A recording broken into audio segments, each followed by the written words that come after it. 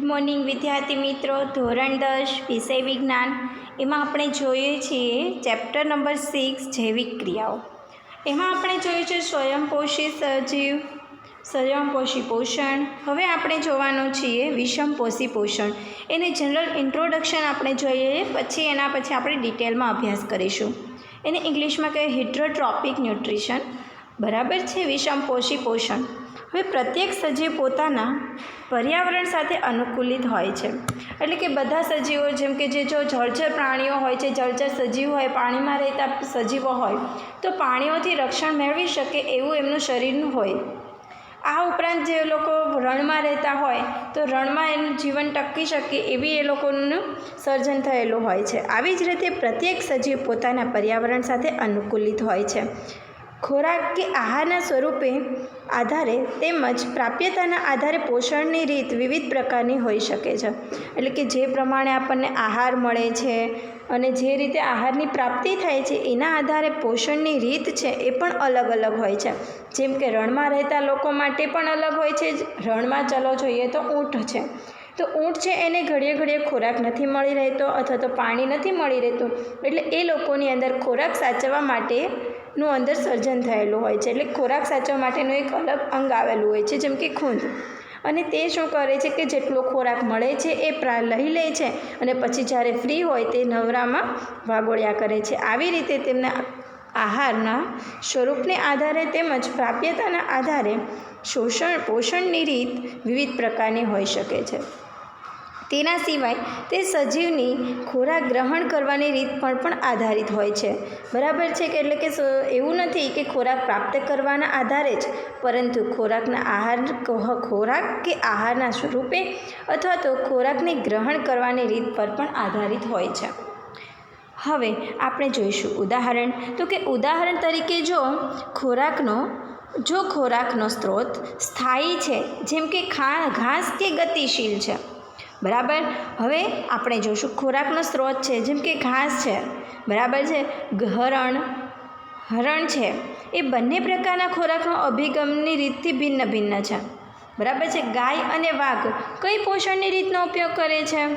બરાબર. હવે વાઘ જુઓ તો એ માંસાહારી છે, ગાય છે એ તૃણાહારી એટલે કે ઘાસ ખાય છે.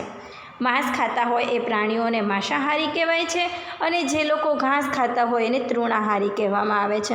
તો આમ બંનેને એક જ જગ્યા પર રહેવાનું છે, બંનેનું નિવાસ સ્થાન પણ એક જ છે, બંનેને એક જ સરખા અંગો આપેલા છે. હા, થોડું ઘણું કેશવાળીને એ તો થોડું ફેર હોય તો ફરક કેમ કહેવાય? બંને પ્રાણીઓ અલગ અલગ છે, પણ આમ એમની અંદર શરીરનું સર્જન સરખું હોય છે. તો આમ ગાય અને વાઘ છે એ પોતપોતાની રીતે પોષણની રીતને ઉપયોગ કરે છે. જેમ કે આપણા કેટલાક મનુષ્યો છે એ ઘણા વેજીટેરિયન હોય છે તો ઘણા નોન વેજીટેરિયન હોય છે. એવી જ રીતે તો કે સજીવો પોતાનું ગ્રહણ કરવાની રીત, તેના ઉપયોગની અનેક પ્રયુક્તિઓ છે. એટલે કે ક્યારેક એ પોતાના મનની મરજીથી પણ કરે છે. તો કે વાઘ છે એને માંસ વધારે ભાવે છે, એમાં એને પેટ ભરાય છે તો એ માંસાહારી છે. અને ગાય છે એ લોકો તૃણાહારી છે, કારણ કે એ લોકો ઘાસ ખાઈને પોતાનું પેટ ભરે છે. કેટલાક સજીવો પોષક પદાર્થોનું વિઘટન શરીરની બહાર કરે છે. એટલે કે કેટલાક સજીવો છે એ શું કરે છે? પોષક પદાર્થો તો લે છે, પરંતુ એનું વિઘટન શરીરની બહાર જ કરે છે અને પછી તેનું પોષણ કરે છે. એનું ઉદાહરણ જોઈએ તો બ્રેડ મોલ્ડ, એટલે કે તંતુમય ફૂગ છે. બરાબર. ફૂગ આવે ને, જેમ કે આપણે બ્રેડ હોય, આપણે જે સેન્ડવિચ બનાવવાના જે બ્રેડ હોય છે એ બ્રેડને થોડા સમય માટે રાખી મૂકશો એટલે એની ઉપર ફૂગ લાગી જશે. ફૂગ, યીસ્ટ, મશરૂમ, આ બધા વગેરે ફૂગના ઉદાહરણો છે. હવે અન્ય સજીવો પોષક પદાર્થોનું સંપૂર્ણ અંતઃકરણ કરે છે. એટલે કે અમુક એવા સજીવો છે કે જે પોષક પદાર્થોનું સંપૂર્ણ અંતઃકરણ એટલે કે બધું જ લઈ લે છે અને તેનું પાચન શરીરની અંદર કરે છે.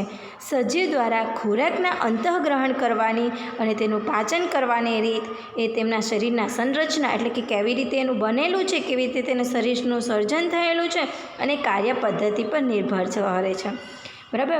બધો જ ખોરાકને શરીરની અંદર અંતર્ગ્રહણ કરવો અથવા તો બહાર જ તેનું વિઘટન કરીને પછી એને શોષણ કરવું, આ બધાનું રીત ક્યાં કઈ વાપરવી જોઈએ એ શરીરની સંરચના અને કાર્ય પદ્ધતિ પર નિર્ભર કરે છે. ઘાસ, ફળ, કીટક, માછલી કે મરેલા સસલાને ખાનારા પ્રાણીઓમાં રહેલી ભિન્નતા વિશે તમે શું વિચારશો? કેટલાક અન્ય સજીવો વનસ્પતિઓ અને પ્રાણીઓને મારી નાખ્યા વગર તેમનામાંથી પોષણ પ્રાપ્ત કરે છે. એટલે કે ક્યારેક તો એ શું કરે છે, એ પ્રાણીઓને મારતા પણ નથી અને ડાયરેક્ટ જ એ લોકો ગ્રહણ કરે છે. તો એના માટે તમે શું વિચારશો, કેવી રીતે પોષણ પ્રાપ્ત કરે છે? તો કે આ પોષણની રીત અમરવેલ, ઓર્કિડ, ઉધઈ, જૂ, જડો અને પટ્ટીકૃમિક એવા ઘણા બધા સજીવો દ્વારા દર્શાવવામાં આવે છે કે જેઓ શું કરે છે, તરત જ એમાં કોઈ જાતનું નથી, એ લોકો ચોળવતા ડાયરેક્ટ ધારો કે ગરોળી છે, ગરોળીને મળે છે ડાયરેક્ટ મચ્છર કે એવું કોઈ કીટક મળી જાય તો એ ડાયરેક્ટ જ પોતાની જીભ વડે ખાઈ લે છે. બરાબર, એટલે તેને એવું નથી કે મારી નાખે છે અને પછી ખાય છે. બરાબર, ડાયરેક્ટ જ પોતાના શરીરની અંદર ગ્રહણ કરી જાય છે.